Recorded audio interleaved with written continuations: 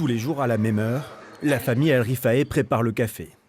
De la cafetière à la manière de servir, tout rappelle la Syrie, un lien avec le pays laissé derrière soi. Avec le café, cette façon de le préparer, ça nous rappelle le pays. On se souvient alors de beaucoup de choses. Presque 4 ans déjà que Adnan et Rima ont quitté Damas. Après une étape de 3 ans à Istanbul, ils sont arrivés un peu par hasard à Joigny. Tous les deux journalistes dans leur pays d'origine, ils n'ont pas eu le choix. Leur liberté d'expression avait un prix, celui de l'exil.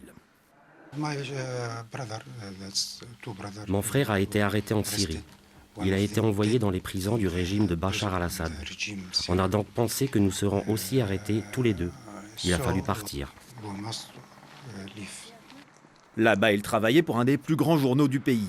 Une vie confortable, une maison sur les hauteurs de la ville. Aujourd'hui, ils vivent dans un 2 pièces exigu, presque aucune intimité avec les autres habitants du foyer. Alors souvent, ils partent se balader, un moyen de prendre l'air. Je sais que tout ça est temporaire, donc je reste forte.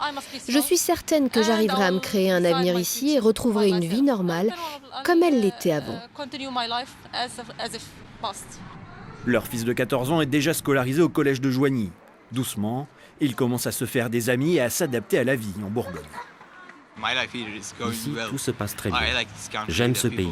Les gens sont vraiment très gentils. Comme je parle déjà 3 langues, je trouve toujours des gens avec qui parler. À l'école, j'apprends le français et avec le temps, j'arriverai à parler. Dans les mois à venir, toute la famille devrait déménager dans une nouvelle maison pour repartir à zéro, encore une fois.